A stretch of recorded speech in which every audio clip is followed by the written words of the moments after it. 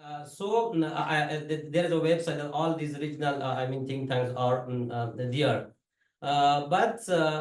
If we refer to the Intergovernmental Commission of these countries, which is somehow a connected, think tank, every year there was an annual Intergovernmental Commission, which is connecting all these countries economically, culturally, or technically to, facilitate the relation. Recently, in 2013, there was an idea of regional, Asian think tank network. The idea came out by the ADB, but still this regional think tank is a governmental think tank, which the governmental institutes of each country, like Strategic Institute of one country, is member of this organization, and the secretariat is by the ADB to coordinate this program. CARIC also, came to the idea and started initiating the CARIC think tank network. Again, starting since 2014, there are more than 8 programs have been organized. But again, still it is going through the government activities, government ideas to be implemented. There are importance of regional connectivity and regional understanding, but still the idea of the government will be more implemented. Also, there was a CICA think tank, which was established by the CICA initiative. It was proposed by China actually in 2014 or 2013. And this think tank, the secretariat is the CICA itself, and they are working through the governmental institution, government think tank. But still, this idea of regional connectivity or regional platform has been brought up, and recently it was organized in Kazakhstan in August of this year. There was a program in this dialogue that's to connect these regional think tanks. Afghanistan Central Asia dialogue was started also in 2013. There are more than 5 programs that 5 Central Asian countries, and they were supposed to do it in Azerbaijan in 2018-19, but due to this conflict, it didn't continue. This dialogue was also, this is the only dialogue I can say that this platform was non-governmental, but still the government and ambassadors were invited. Well, like it happened in Bamyan in 2014, it happened in Herat, in Mazar-e-Sharif, and also in Kazakhstan. The recent one, it was started like the Herat Security Dialogue. Again, it was somehow trilateral, right? There was Afghanistan, there was Tajikistan, and let's say the whole region was connected, but it was individually connected, not somehow, there was not a platform. So telling all these background, the idea that our friends came to have a clear platform with an organized and structured network to bring all the non-governmental think tank, and if it required, maybe our friends in the process to, work more for regional connectivity, regional development, and regional understanding. This was my part, and thank you for listening. Next will be my friends to go ahead with the program. Thank you. Thank you very much, Umeda. Yes. Yeah.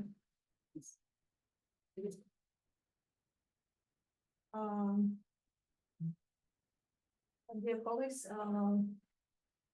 during all these weeks, we really realized, and the main output from all the meetings was how to bring together the region. And we really understand and feel the importance of this integrity and collaboration of the region. The main point that how we visualize it, how we see it, is to bring together and to build the environment for the business and the investors at the region. In order to do this, we highlighted four milestones or challenges that region are facing today. The first is a lack of regional trade integration.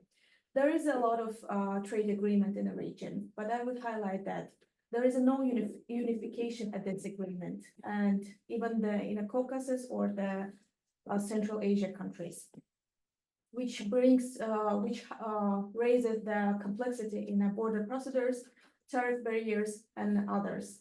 If we talk about the economic policies, I have to highlight here about the investment regulation, very important things. Why? Because when a business comes to other country, it doesn't matter if they are sharing the same history or culture or religion. The important things that bearing in mind every business is an investor is a safety, is a expectedness of the market.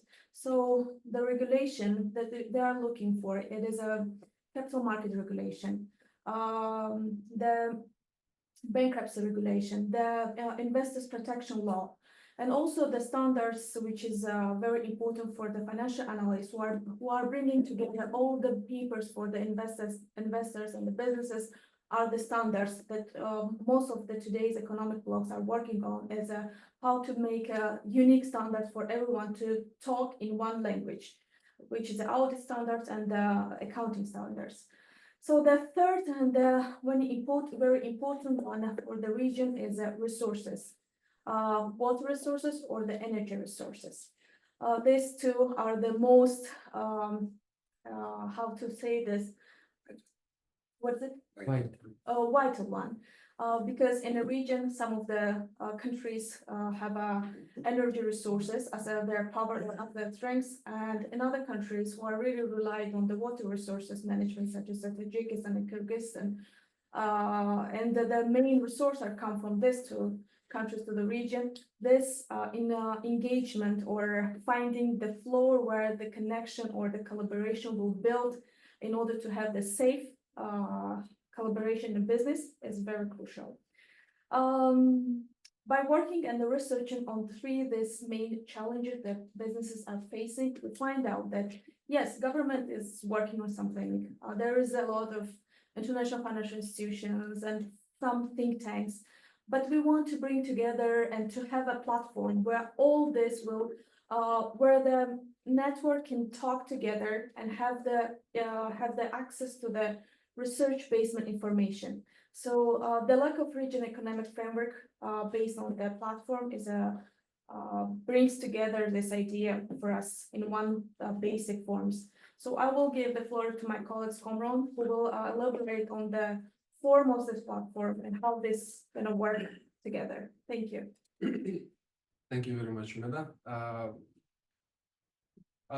Building on what was already said regarding the historical prerequisites of regional integration, how things happened before, we come to a situation where the region is actually in fact disintegrated.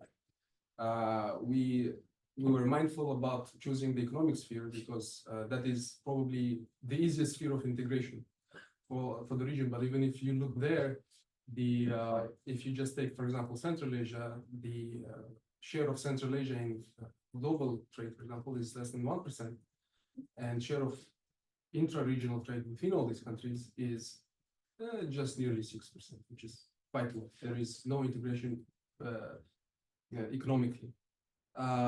So when we were proposing our idea, and this is the idea that we want to present, we wanted to build on the work that CAMCA has already done.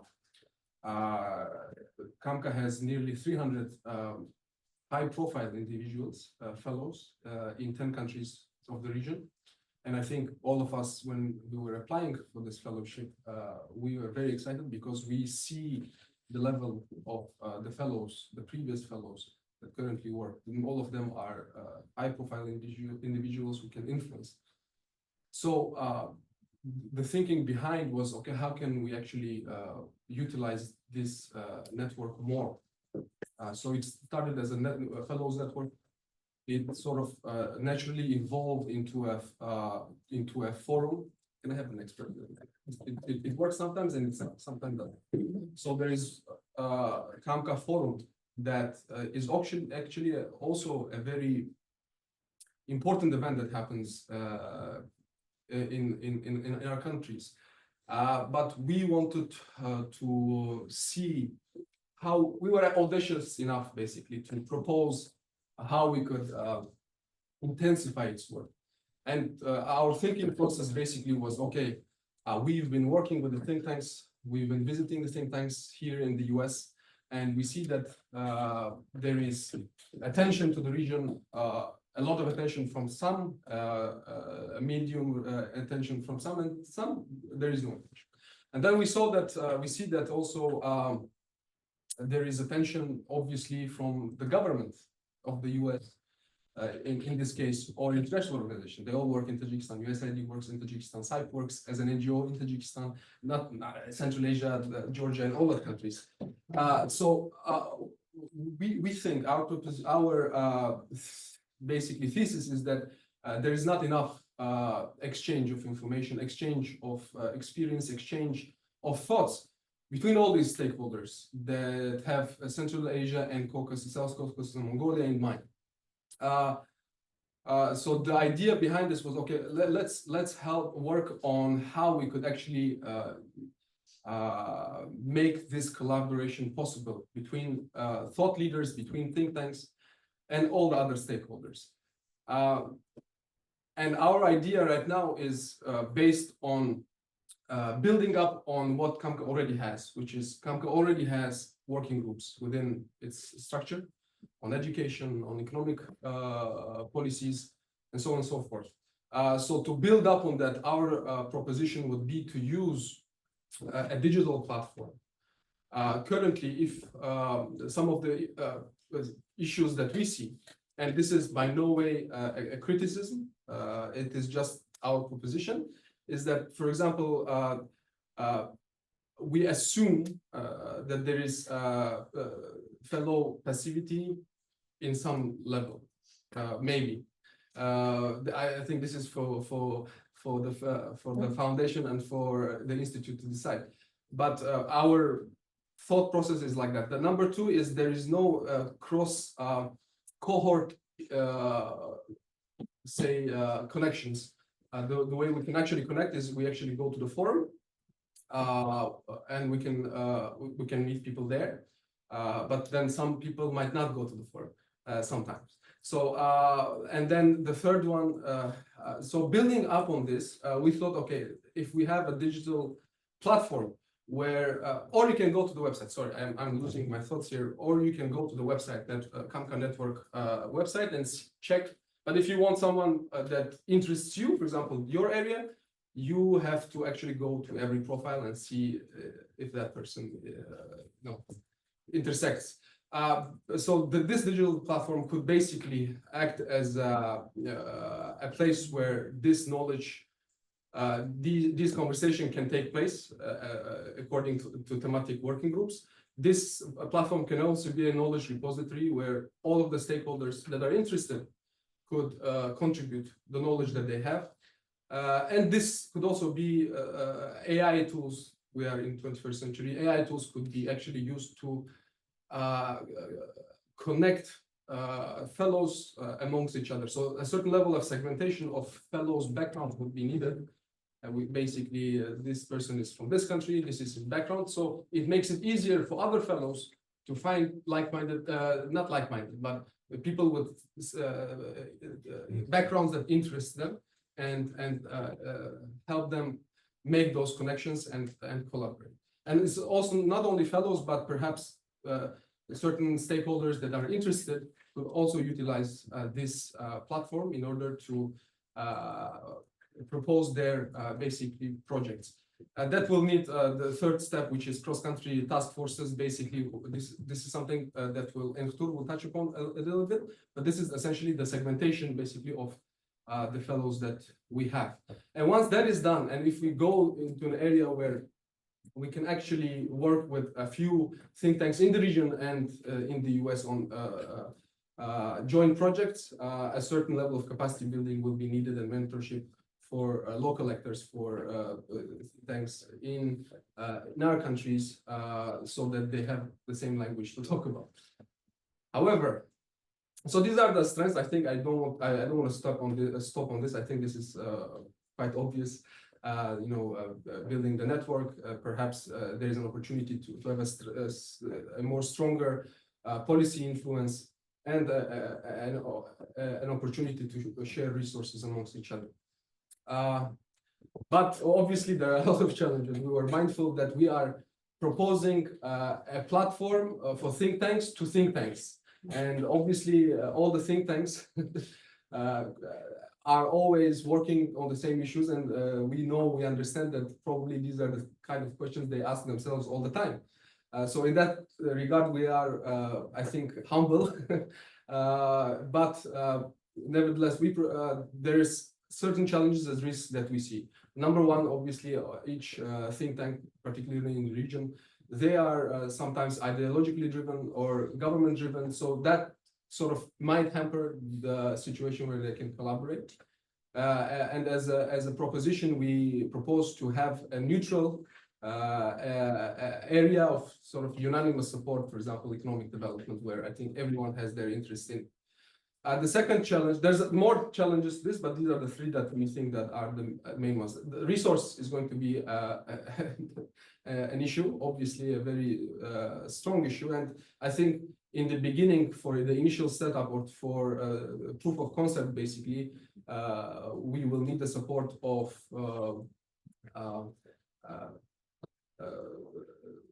the Institute and Rumsfeld Foundation, perhaps, to initially start a pilot version of this collaboration. And if that works, then our thinking is that initiators can be any of these. Can you go back? Initiators of the projects can be any of these stakeholders through whoever wants to actually utilize the CAMCA network for the good of the region. And our thinking behind it now is that there could be projects of USAID, there could be projects. Basically, whoever initiates is in a better position to work on the funding on individual projects as well. So this is our thinking process for now. Can we go on? How we actually think that this platform can actually operate will be presented by my friend Zalbay. Thank you very much. On my behalf, I have also express my gratitude to all those people in the room and those who dedicated their time. Now we are going to, in my part of presentation, to narrow down this huge idea.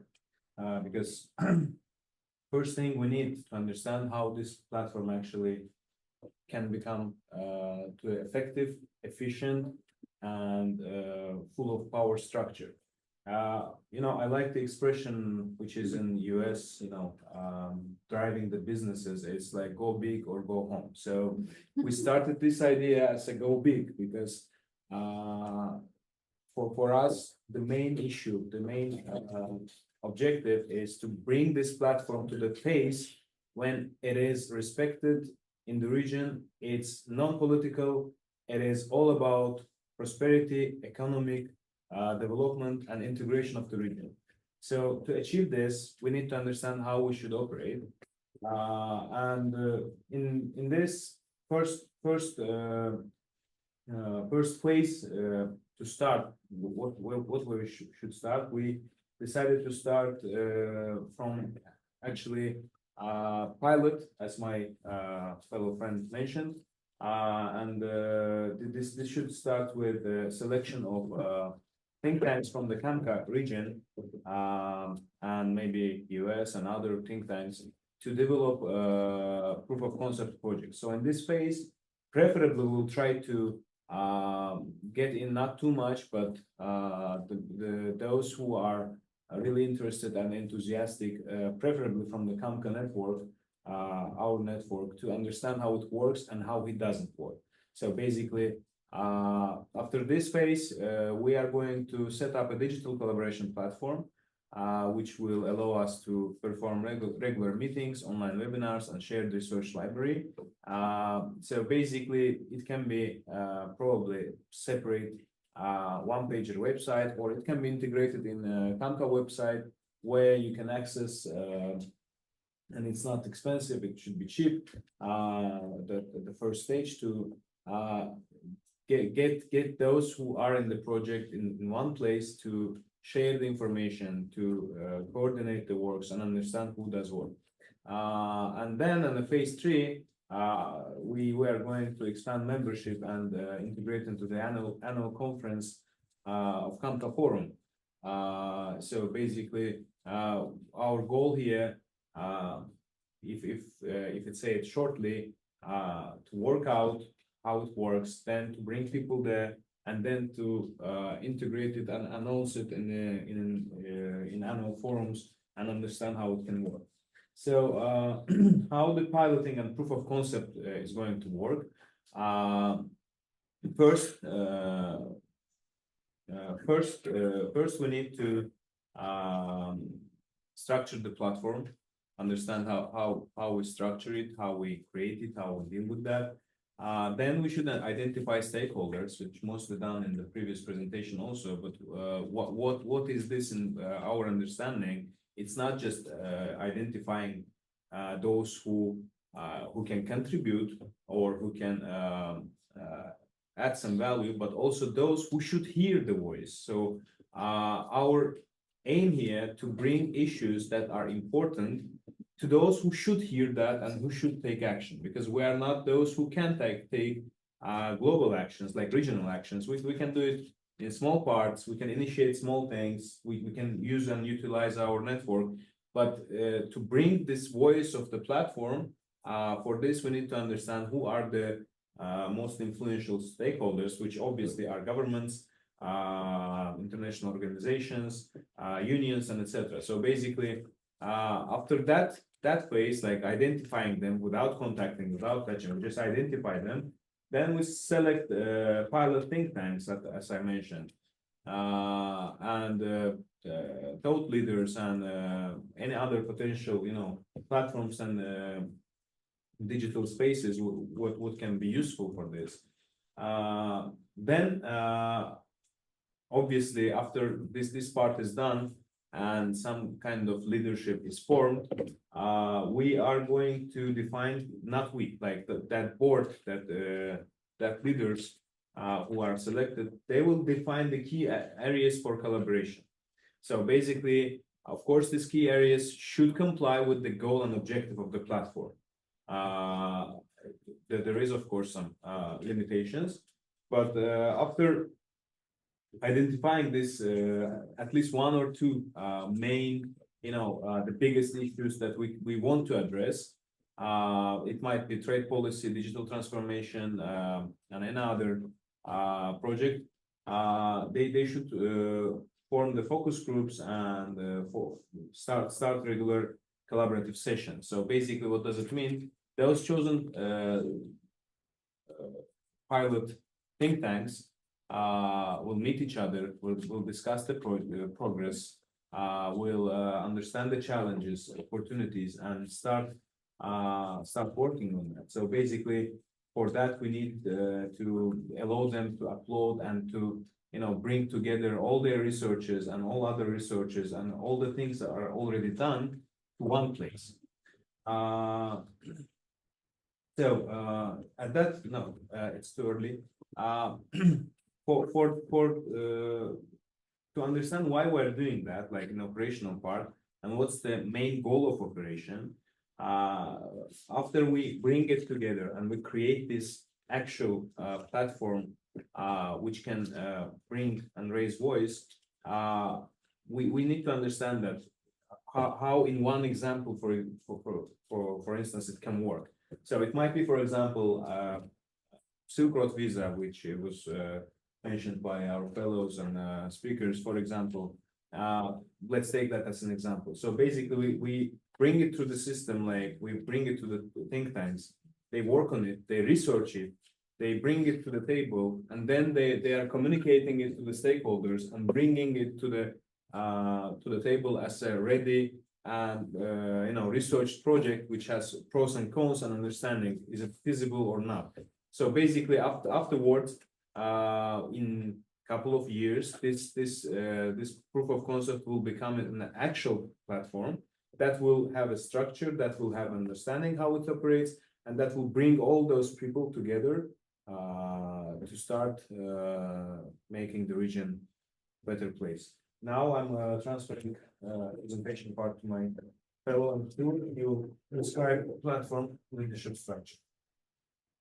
Hello everyone. So for in terms of structure, like I believe the best is to have representation of every country first. So like we are thinking on setting up like a steering committee from each country, and steering committee member is best to be nominated and perhaps like campaign by the region, local region. So that way that person can have like a mandate, for example, represent the local region to the more diverse platform. So for example, from my knowledge in Mongolia, we have around 50, 60 people. I know some of them, but some of them I still don't know yet. So by doing this process, that person can perhaps be better well known inside the local country at least, and then it can represent them in a larger platform. So that's like the first step. And second step, like, so this steering committee will decide things collectively, like perhaps majority based, and we will have like a one chairperson that will be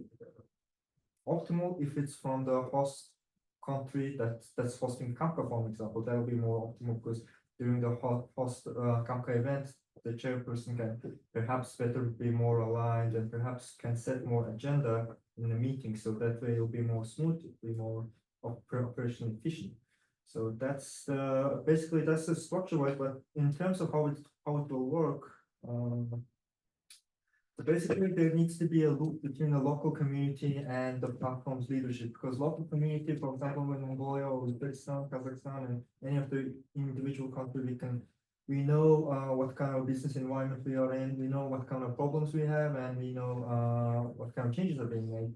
But collectively, it's very difficult to get, for example, collective news. For example, like I had the chance to visit this 10th Central Asian Venture Capital Forum that was hosted in Tbilisi.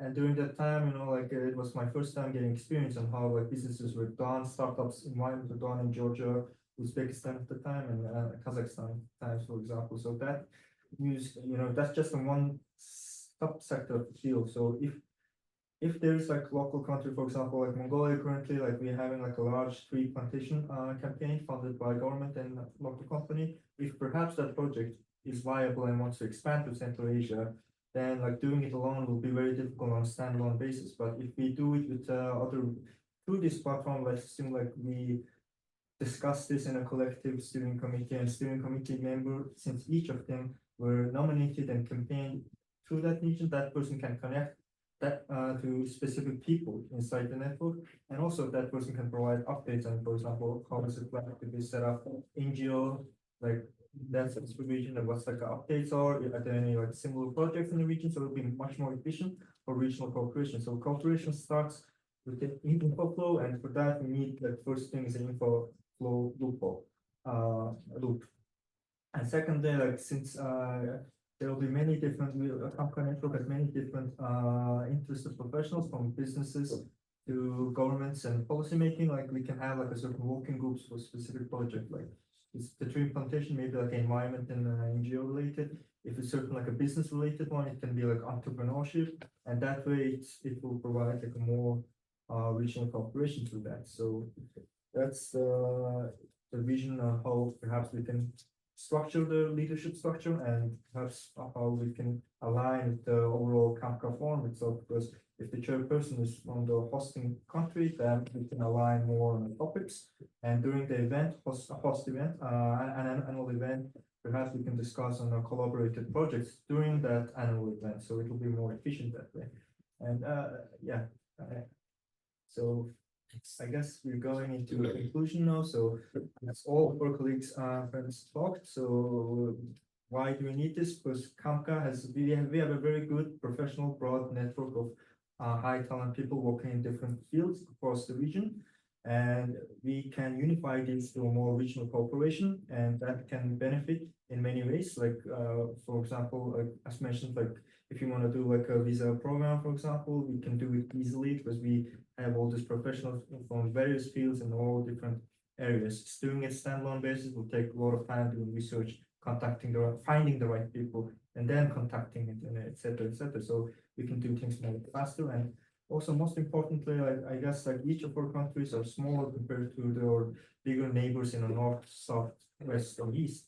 So only chance for us is to be more regionally cooperated. That way we can have more collective bargaining. So that's also shown in the leadership structure. If you can collectively like leadership to meet like certain organization, we will have more power than individual meeting. So that's the whole spirit of this platform. And